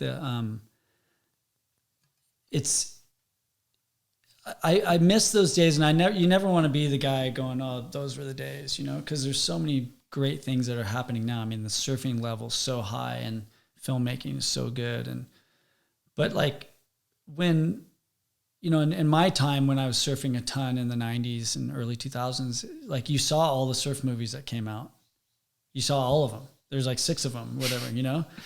And most of them are really good. Some of them weren't. But like you're like, they come out, you see them and you've seen it all. And then you look at the magazines or whatever. And now it's hard because I follow a lot of surfers. I follow a lot of skaters, a lot of surfers. But it's like you don't even know what you're looking at after a while. Like I might even put out something. I'm like, hey, did you see that film I made? And they're like, yeah, I did. And I'm like, what did you see? And they're like, I saw this. I'm like, no, you saw the previews to it. Right. You know, because you're just like, you know, and a lot of time when you're going through things, you're like in line somewhere and you don't have time to go. Totally. And how are you going to remember to, oh yeah, I got to go home and then watch that and watch the full thing, but you're just clicking through. So like, I miss seeing the entirety of people's work, because we're just inundated, as everybody knows, on Instagram, and you're just like looking through stuff. So half the time I don't even know, like, you know how it is, you'll call somebody by their name, but it's their fucking Instagram name. You're not even calling it, because that's all you see, right? So it's been a while since I've seen a whole surf movie. I don't know when the last one is that I've seen. But there's definitely surfers that I like, you know, like I love Mason Ho. Yeah. I think there's these three that I think a lot of people are really into. Like there's Mason Ho, there's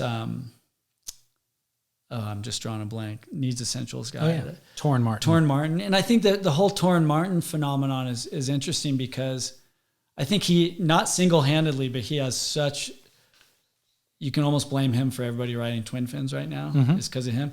And what he does is he's drawing these simple lines. Like what he's doing is poetry in a way that it's so stripped down that the way he tricks you is that you think you can surf like that. Totally. And that's why he's so likable, because you're like, you think you can do this. So you watch it, but you're like, wait a minute, he's traveling around the world. He's getting the best waves of the best days of the year.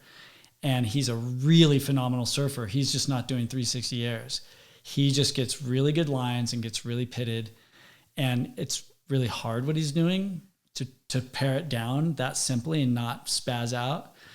But it's so fun to watch, and you can identify with it too, more than any other surfer. Because if you're just like normal dudes like you and I, you're like, that's what I want to do. I want to just get pitted. And so you buy a twin fin, you try to ride like Torren Martin, but you won't, you know?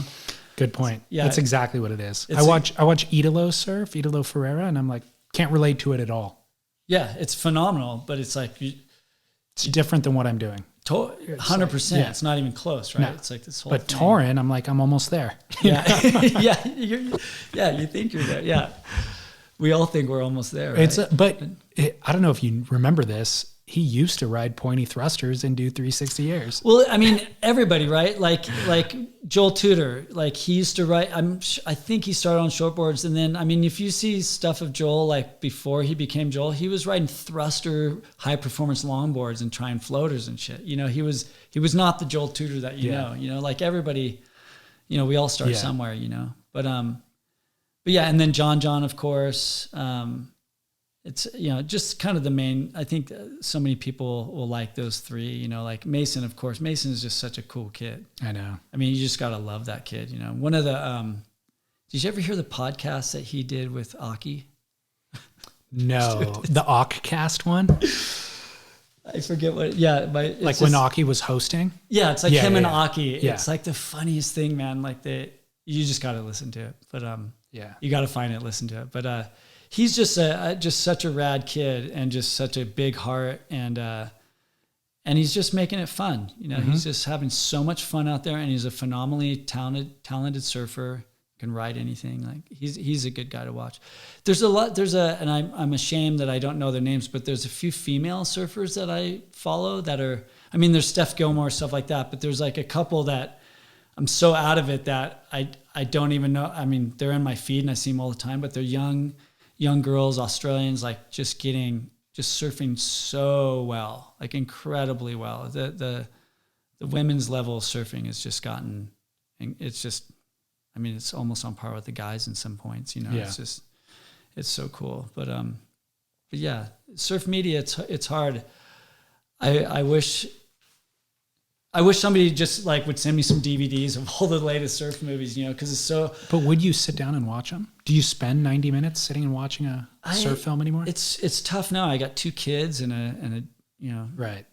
I'm busy, but you're right. I would find time to, if somebody gave me like 5 of them, I'd narrow it down to 1 or 2, and I'd find time. You know, like I'm just now starting to watch the Jerry Lopez film. Oh yeah. You know, I can't believe it's taken me this long, but yeah, I started watching that the other day.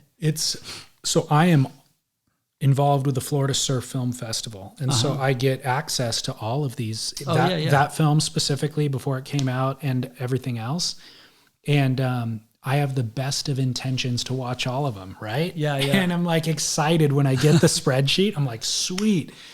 And then a week or two goes by and I haven't watched one of them. And I've found in the last couple of years, I have to allocate purposeful time to sit and watch, because life just moves too quickly now. Yeah. And if I do sit down at the end of a day, by the way, an end of a day where all I've done is talk about surfing. Yeah. The last thing you want to, I sit down and I'm like, I'd rather watch Ozark on Netflix now. Yeah. 100%. Yeah. And so I have to and then I go, okay, well, that film, now I need to put it in my daytime. That's now work. Yeah. I can't stack that in as leisure time anymore.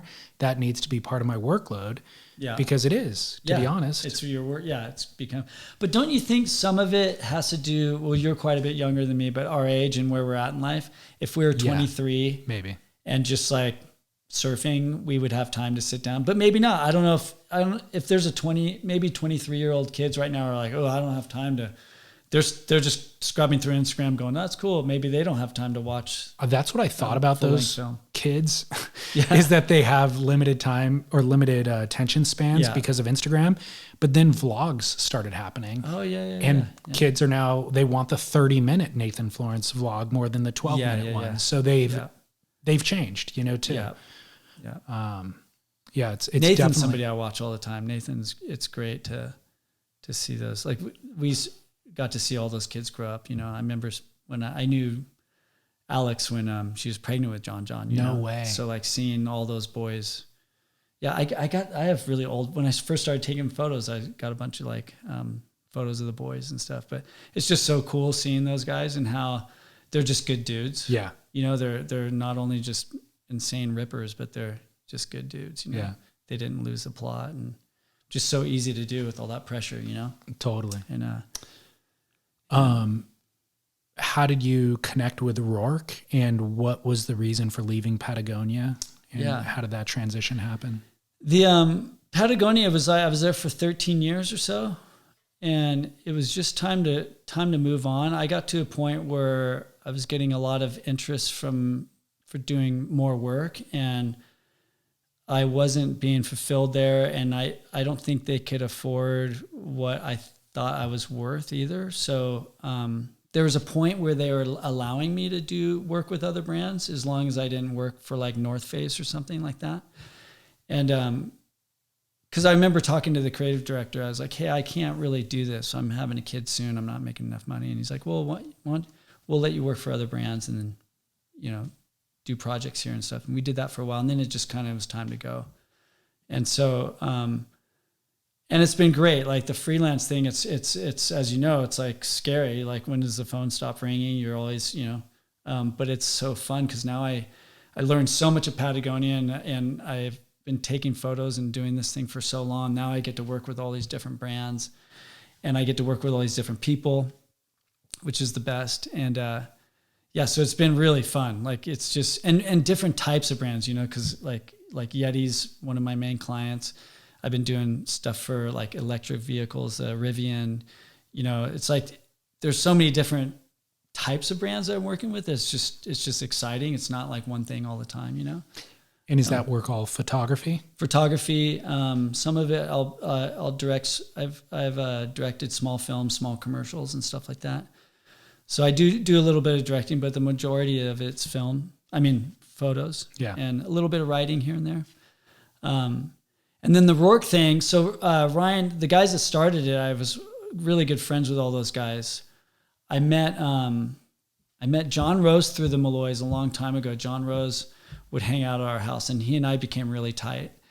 And I would hang in Laguna, and I met all his friends through John. I met all his Laguna guys. And so Ryan Hitzel is the founder, the owner. I've been friends with him since 20 plus years. Wow. And so he actually started that with John Rose. It was like John Rose, Ryan Hitzel, and then Ryan Sirianni is another guy. And then John kind of went his own way. And then, so it's just been the two Ryans. And I've known them for a long time, but haven't been involved. We've always talked about doing stuff. And then, when was it, 2018 or something? they're like, hey, why don't you, let's start doing stuff. So I just been on their program for 5 years now. And, wow. And it's been so fun. I call it Patagonia for bad boys kind of thing. That's funny. Because it's a little edgier, and they're not as big as Patagonia. So Rourke can, they have a lot of leeway of what they can do. And our trips, I know it's not uncomplicated, but it seems such like their marketing, the way they get their marketing is not that complicated. It's, they do these big trips where we get all of the shit. And then that's what they use for, it's branched off into running, the Run Amok thing and stuff. But all the content comes from these epic trips that we go on. And it all comes from Ryan, who grew up traveling, and he wanted to have a brand based around travel. And even the logo is hobos used to have their signs, and the logo is what they would put on a fence post or whatever, saying they're cool for bums here. And that they changed it a little bit, but that's their logo. It's like sign language for bums. But so the trips are legit. We go to these far-flung places and just kind of rage, with snowboards and a little bit of climbing and surfing and right. It's kind of do everything on these trips. Ride motorcycles. I got back into riding motorcycles. I used to ride as a kid, and so we try to mix it all up. And super fun. And I just can't. It's just funny that the world is so different now that I'm like 54 and I have like I guess a quote sponsor. Like it's so weird, right? That I just don't even. I'm like, really? You still want me to go on these trips, huh? Like, do you feel talking about working freelance and worried that the phone's not going to ring? Do you feel settled in, like to where you can relax and know that, your kids are going to need to be fed for the next 20 years? Do you feel comfortable that your career path is laid out at this point? I think it's like, I don't know. Like, cause I have no idea, that's the whole thing. Like, I never sit back and go, yeah, I got it. Okay. Never. So there's anxiety? There's some anxiety, but I've learned to control the anxiety, but it's like, I also don't think that's a good thing you should never be like, yeah, I got it. Yeah. It's a hustle. Like I have great clients, like dream clients, like the people I work with are kind of like who I want to work with. And, but who knows? I don't know when it disappears. It's like, that's the whole freelance stuff. It could just stop tomorrow and who knows? And so you just, it's a hustle and you just got to stay on it and just work really hard. Like every trip you work your ass off, and there is that thing where, I was even listening to, this famous, he's written tons of screenplays and movies and stuff and prolific. And he has the same, this guy is like the most dialed writer in Hollywood. And he's like, when that phone stops ringing, fuck, what am I going to do? And you're like, he even has that, so it's just part of the thing. And I think it's good. It keeps you on your toes. Like you shouldn't ever sit back and just think you got it dialed. You know, you got to treat every project like this is it, Is there, outside of taking kind of freelance work, are there any creative projects that you have, that you want to execute? Yeah. It's funny, like I was even talking to Chris about it a little bit the other day. Like when 180 South happened, I always get like, what's next? What are you going to do next? And that was such a big chunk of my life and Chris's life and everybody else that worked on it that I did have that in mind. Like, oh, maybe I'll go out on my own and do some stuff. And I've directed some things, but nothing really big. And, I've had some of these dreams over the years of certain things I want to document, but then it's funny. It's kind of like, when you did surf movies, there's 6 that came out and, so you take this dream project, you put your life into it, you work on it for years and you put it out there and it's just like, oh, I think I saw it. Was that it? Right. And not that that's the only reason you should do stuff is to get that, but that's kind of why you're doing it. So people will watch it. Right.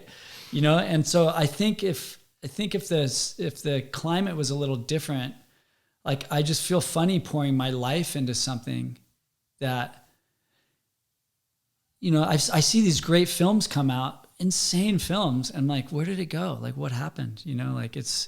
So that shouldn't deter me, but it kind of has, a little bit. So I have kind of these smaller projects that I've been picking away at it, cause like I do have a side of my photography, my creative outlet, that's not this outdoorsy kind of like thing. It's a little, I come from like a long skating background. And so there's some things that I've been kind of plugging away at that hope to come to fruition in the next couple of years or something, like. Well, one did 2 years ago, maybe. Is that? My skateboard book. Yeah.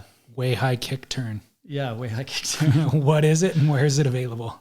It's available online. So that's my latest book. It's called Way High Kick Turn. Plugging it again. It's available on beyondandbackpress.com, or you can just Google Way High Kick Turn. It'll come up. But yeah, it's for sale on that site. And that was just a passion project that started, another 10-year project. It started in 2007, and I finally put it out there in 2018. Oh, okay. So it was something I did late at night, early in the morning on my own time. It just started with before Facebook, before social media was even a thing. I got this email in like 2007, and it was a video. I think it was a YouTube. First time I'd been on YouTube. There's a link to YouTube, and it was all of us skating a pool in 1987. Wow. And it was the first time in my life where I was like, that was 20 years ago. Like I never thought of having something 20 years ago. I suddenly felt old, because it was 2007. So on the CC list were like 15 to 20 guys that I hadn't seen. Some of them I haven't seen since that pool session in 2007. And everybody started chiming in and scanning their old photos. And, it's not Facebook, it's just an email chain. And I was just pulling these photos off into a folder. I think I labeled it Way High Kick Turn, because that Way High Kick Turn's a zine that my friends had, a skate zine back in the 80s. But I was pulling these photos into this folder, and the emails were absurd. Like I'd get up from my desk, go to the bathroom, come back, there'd be 30 emails with photos. I mean, guys were just scanning them and talking and, riffing on each other and making fun of each other. And so a few months later, I had like probably 300 or 400 photos in this folder. And I would look through them thinking, God, there's something here, because it's really a document of the era. It's an era that's kind of celebrated now. Like this time in skating, it wasn't. I mean, this is like the underground era of the skating. In the early 80s, it all fell apart, and it was kind of like dark time of skating. But it's being celebrated now. And so, anyways, I kept that little folder and I'd go through it. But then when I started thinking about it as a book, I had to find who all these photos were, and that email chain was gone. So I don't know whose these photos were, and they're all low-res scans. So I spent the next 10 years finding these guys. It'd literally be like a day like today. I'd get somebody on the phone. I was like, hey, is that photo yours of the blah, blah, blah? And they're like, yeah. And I'm like, you home right now? And I'd fucking get in my car, drive 6 hours up to San Francisco, go through shoe boxes till 1 a.m, go sleep in my van and drive back. So I did that for years just to get all the originals. And then just kind of, cobbled it into a book and finally released it. Yeah. Incredible. It took forever. Wow. But it was really stoked to get that out. And we had a couple book signings at the Rourke stores, and the one in Berkeley. That's where I grew up, is that area. And some of the skate shots are from Berkeley, and all the guys showed up, all the boys. Sweet. Everybody showed up. So it was like this big reunion, and that was worth it alone right there. Yeah, for sure. I want to ask you a couple of questions about health and wellness. You're super fit, I think is safe to say. Well, let's go back to what you did on your 50th birthday, and that I think paints the picture for most I didn't people. Pull it off, but I was close. You got darn close. Yeah.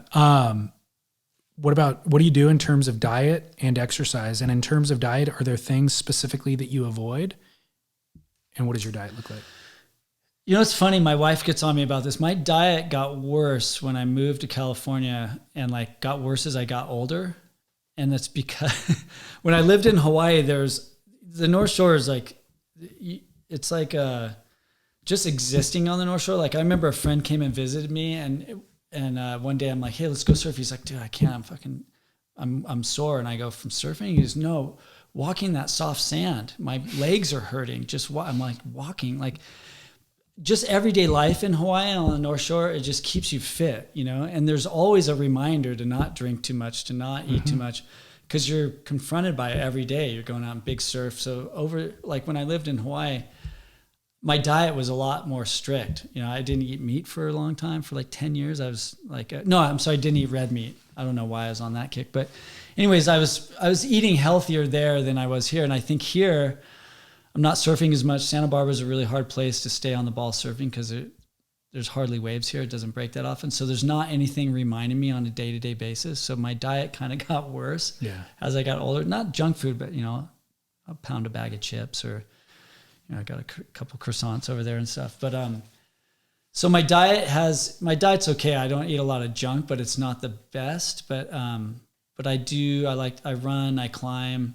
On any spare time I have, I try to surf if I can. I run as much as I can just because it's easy. And then I think that's it. Climbing, running, surfing. And then in the last few months, I've just really zeroed in on my diet. We were in New Zealand for 4 months, traveling around because my wife is from New Zealand, so we were seeing family. And I made a policy over there. I'm not going to say no to anything. And anytime somebody's like, well, you want a beer? You want a glass of wine? Would you like an ice cream? I was just like, I got fat. I came back with like the fattest I've ever been. So now my diet's probably the best it's been right now. Was it hard to get rid of it? No, not that hard. I mean, I stopped drinking. 1 or 2 beers a night will put a layer on you, you know? So I still will have a beer here and there, but it's not like on a day-to-day basis. So cut that out. I did like that kind of almost all protein diet for like maybe 2 weeks and just started running and stuff and kind of got it back. But yeah, so now I think it's like, I did the opposite. Like when you're young, you could probably just eat Cheetos and go surf all day and you're fine. But I was like really fit and really conscious of my diet then, when I should have been the opposite. I should have been like really on my diet when I got older. Yeah. And but I think I just haven't had to pay for it yet, and I don't want to pay for it. So like now I'm wrapping it up and good. It seems more conscious. It seems like throughout your life you've always maintained a lot of discipline with work ethic and everything. And yeah, and that comes from my my dad had a construction business, so I was doing kind of like hard labor as a kid. Okay. And had a really good, my dad really wanted to teach me the 40-hour work week and what it means to work. And it kind of backfired on him because I did that I worked every summer, 40 hours. I worked like full-time jobs every summer. And I was like, I don't want to fucking do that my whole life, you know? And that's why I became a flight attendant and lifeguard. I wanted to do jobs that I had time to do stuff. I didn't want to work 9 to 5, you know? And, but within that is a really strong work ethic. Like I didn't want to go 9 to 5 my entire life, but when I work my ass off, you know, and, you know, I'll work all night. Like I have a strong work ethic, but I like to see the light at the end of the tunnel.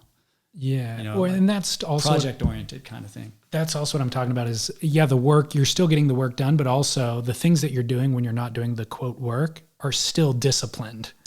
You're exercising, you're running, you have projects that you're committed to, that you're seeing through. Yeah. You're not just lounging around doing nothing, you know? No. So, whose surfboards are you riding nowadays? I ride, so my shortboard's Paizel's. Oh, really? Yeah, Paizel's an old friend of mine. And I was just we're gonna house sit for them this summer, and I was just there on our way back. We hung out at the Paizel's, and I was kind of thinking, I just did a trip with Rourke to Tuamotu's, and I was riding a Paizel Astropop, and the waves were pumping, and I was like, okay, I'm flailing, like I was surfing so shitty. And I think I was riding too small of a board, and so I started kind of riding this bigger one and just taking straight lines and trying to get barreled. I'm like, and so I left that trip going, I think I'm done shortboarding. Like, because I think the thing about surfing and getting older, if you still do it and just maintain it, you can do it really well into your late years. But like myself, I've taken big gaps where I haven't, like living in Santa Barbara, like I'll go for 3 months here without surfing. In Hawaii, if you go a week without surfing, you're like, what is wrong with me? Like it feels like an eternity. But so I have these big gaps where I haven't surfed. So my surfing's really gone downhill. Whereas if I was always surfing, it'd probably still be fine. So I came out of that trip thinking, yeah, I'm done with shortboards. Cause around here I ride fishes and longboards mostly. And, but Paisel had this new shape. I wish I knew what it's called, but it was like way too small for me as a 5'6", and we were right there at Rocky Point. And I had one of the best surfs. This was like just this spring. And because he made this, Paisel came up with that wide point. I'm sure it's Paisel that did that with John John. He's the one, I think, and I'm not just blowing smoke up Paisel's ass, but that wide point forward beak nose,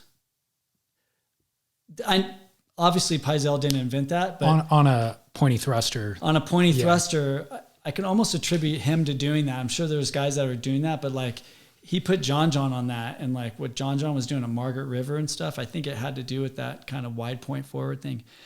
Anyways, he had this little thing that's like wider throughout, real curved rails and wide point forward, but 5'6", and the thing was so good that I was like, oh, maybe I do still have a little bit of shortboarding in me, Was it Red Tiger? There was like a Red Tiger and a White Tiger board that he released recently. I don't know if this one's out yet. I haven't looked at them too closely, but they sound similar to that. Yeah, it was a twin fin setup, but it was 2+1. He had a bunch of. He's still developing it, I think. Okay, so maybe not. But I think I was riding twin fin with a little center fin. Tiny center fin. I'm not sure what it is, but whatever it was, he was like, because he was like, you got to try this thing. This thing's kind of magic, because he knows I like flatter boards and like a little wider and stuff. And so, anyways, a lot of my like high performance shortboards are all Paisels, and then I ride Christensen's. I have a few Christensen's. I ride. I've been riding those mega. Do you know the Mega Fishes and Mini Mega Fishes by Kyle? Yep. Deepest Reaches. Yep.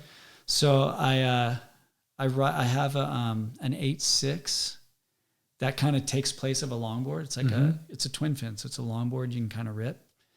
And I just got 11.0, like a glider from those guys. So I ride. That's kind of around here. I'll ride those big mega twins, or I'll ride a fish. I got a Christensen fish. I've been kind of buying boards. My preferred thing is buying boards off the shelf. Really? 100%. Like, it's interesting listening to your interview with Kidman the other day. Because I've known him from a long time ago. He hung out at our house a little bit on the North Shore, and love that guy. And Litmus, his film Litmus, is like, if anybody's out there that hasn't seen Litmus, you have to see Litmus. It's one of the greatest surf films ever. But you guys were talking about hand shapes and the computer and all that. And it's funny these days with people that are new into the surf thing. They're like, oh, I paid extra and I got this custom hand shaped. I'm like, you got a custom what? And they're like, I got a custom hand shape from so-and-so. I'm like, so you probably didn't get what you really wanted? And they're like, what the fuck are you talking about? I'm like, the way I look at surfboards is like, if you're not working with a shaper on a design, like a specific thing where like you're writing it, you're bringing it back, you're like, hey, it worked, but this happened, blah, blah, blah. A custom one-off does nothing for you. Buy what's in the shop. Buy what you put on your arm. Like, so now, since I'm not like actively working with like I used to work with, not that I was a great surfer, but they were friends of mine. Like when Paisel first started out, I was getting boards from him, and then Bushman, because he, learned under Bushman. I used to get Bushmans, and there's a relationship there. You're like, hey, this worked, but and now I just go into a shop and like, exactly what you're getting. Yeah. And with the computer, they can duplicate that. Yep. And I'm totally into hand-shaped boards. But as a consumer, a hand-shaped board, in my opinion, is only good if you're working with somebody on it.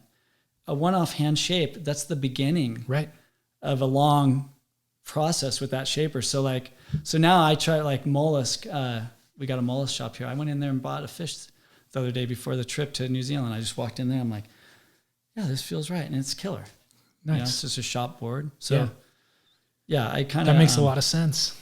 Yeah, I mean, and I have all appreciation for hand shapes. Of course. 100%, but the computer, there's something good about the computer, and like, and shop boards. Right. Like, I mean, it's a computer shape that they worked on, and totally. So, you've been everywhere.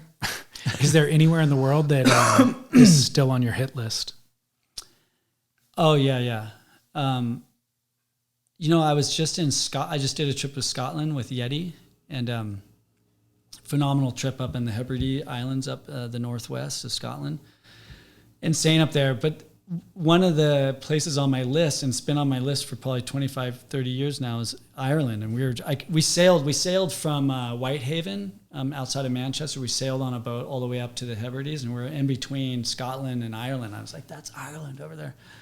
And I've never been to Ireland, and some of those guys, we have a group of friends that used to stay with us on the North Shore from Ireland. They were always like, come over, back in the 90s, and I still have never gone there. So Ireland's high on my list for sure. Egypt, I want to go to Egypt, see the pyramids. There's a handful of spots on the list for sure. Not all surf trips though. I mean, Egypt. No surf in Egypt. Right? Yeah, there's some surf trips I still want to do for sure. Does your wife have the same travel bug? She's got the travel bug for sure. Good. She wants to, we just went to New Zealand for 4 months. We did like a 3-month road trip in a little car with 2 kids. It was insane. And we were homeschooling our little girl when we were there, and my wife just, when we came back, she was like, let's stop in Hawaii. Like, she didn't want it to end. Wow, she could go forever, Good. Yeah, she's a traveler. Get the kids used to it early and often. And they're good travelers. They're just, we were in a car like bouncing around Airbnbs for like 3 months, and they're just like kicking it. Sweet. Yeah, they're good. It's whatever they get. I mean, if you're introducing it that young, then yeah, they'll be good with it. Yeah. And what an amazing gift for them to be able to see the world that way. Yeah. I mean, Adler's already been to like France and, been to Hawaii a ton, and, so yeah, we want to give that to the kids, and it's just so good to be moving around. I was just talking to my wife about it recently. There is a side of me that, as you see, you just had a kid and you're with your lady, and you got to figure things out. What are you going to do? And there's a part of me where I'm like, I haven't settled anywhere. Like the North Shore is probably the longest place I've ever lived up until recently. No, I haven't been in Santa Barbara that long. And I really admire people that have locked into a place and stayed, and I really haven't had that. My wife either. She left New Zealand when she was young. She's lived in Japan. She's lived in New York. She's lived in Australia. It's like we've both kind of bounced around, and there's a part of me that wants to give our kids like a solid base, But then my wife was saying the other day, she's like, well, we're kind of not giving them that. We're probably going to give them the opposite. And is that such a bad thing? No, I think the solid base is your family. The family can be anywhere. And as long as they have the anchor of that sense of security, that's all they need. Doesn't have to be a home. That's a good point. Yeah. I mean, the truth is this is an incredible home that you're in. And if you can maintain this and travel around the world, kind of, that'd be amazing too. But they don't need 4 walls. They need the love and support of parents. Yeah, that's a really good point. Yeah. So I think I'm just projecting my own thing, because sometimes I admire that. Like, it'd be great to be really connected to one spot, Yeah. But it's just not how it worked with me, Yeah. Well, this has been a far-ranging conversation. Sorry for my long-winded stories. I'm pretty notorious for these long-winded stories. Dude, it's gold for the podcast. We can cut it into 2 episodes. But yeah, thank you for doing it, and thanks for having me at your house too. This is incredible. Oh, thanks. This is a gift. I have that Surf Shacks book. Oh, that's right. Yeah. So I'd seen the house, and I was like excited to actually come see it in person. And it's amazing. Oh, thanks. Yeah, we put a lot into this, and yeah, it's quiet, and it's like it's a little cabin in the mountains, but you're in Santa Barbara. It's kind of feels like you're somewhere else, huh? It's unbelievable. And it's colder up here. Like this. I mean, it's summertime right now. It's like freezing out. Yeah, I brought a jacket. Yeah. But yeah, thanks for doing this. I've been a fan. We were just talking earlier. Like, I've listened to so many of your podcasts. It's great I'm honored to be on one of them. I appreciate that. We've DM'd in the past. Yeah. I remember it's been years ago, I think. You said you go, yeah, it'd be great to reconnect with Jeff. I'm like, reconnect, and I was like, oh yeah, there was a DM there at one point. Long time ago, though. Yeah, I forget years what ago. it was. I don't remember. I think I did one. I remember doing a real spazzy thing one time when I was driving to LA. I just drank a shitload of coffee and I was listening to have you heard of Cocaine and Rhinestones? Yeah, I love it. So oh my good, gosh, right? it's so good. And there's something that you and Chaz were talking about, Chaz Smith, on the Grit or something. And I did one of those knee-jerk, like, it was talking about country music, and I was like, oh, and I think I DM'd you guys, like, some spazzy, like, you got to check out Cocaine and Rhinestones. Oh, or something really? like that. Maybe yeah. you introduced it to me then. I did. It was one of those things I didn't get a reply. And I'm like, oh yeah, that was a weird spaz I just did. Dude, I don't have the time to reply. I feel so bad. Oh, dude, you got to shut those things down. Like they'll take up your. I know. At a certain point, you have to just not, like, I'm sure you get so many DMs a day. You got to just. The problem is too, it then dissuades me from even posting. So like I'll publish an episode, like with Kidman last week. I'd never advertised it. Oh yeah. Because I knew if I post, then people comment, and I feel obligated to comment back. And then they DM, and if I reply, then they reply again. So it's this never-ending thing. You'll never get off your phone. Instead, I go, you know what? Forget it. I'm just not going to post. And then, which is kind of a shame, you know. I haven't figured out how to manage the workload yet or the time required. Yeah, it's a lot of time. But when I did get that DM from you, I was flattered because I had followed your work for so long, and I was like, oh, sick, he listens, sweet. And that's a little feather in my cap, you know. Cool. Yeah. So yeah. No, I've listened to a ton of them. Good. Thanks. Yeah, thank you. Cool, man. Thanks. Yep.